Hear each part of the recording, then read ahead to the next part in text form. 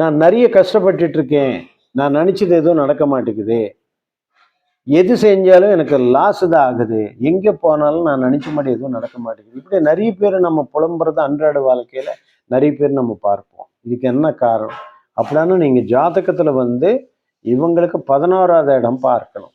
16வது இடத்துல வந்து நமக்கு என்னென்ன எண்ணங்கள் நிறைவேறும் நிறைவேறாதுன்றது அதில் இருக்கும்.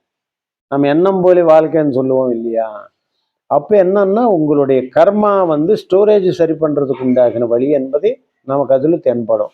அதாவது 11ஆம் இடம் வந்து 6ஆம் இடத்துக்கு வந்திருக்குதுன்னு வச்சுங்க. 11 குறைவன் 6ல் இருக்கிறாரு அப்படின்னும் போது நீங்கள் வந்து மற்றவர்களுக்கு பண உதவிகளை செஞ்சு அந்த தோஷத்துலேருந்து விடுபடலாம்.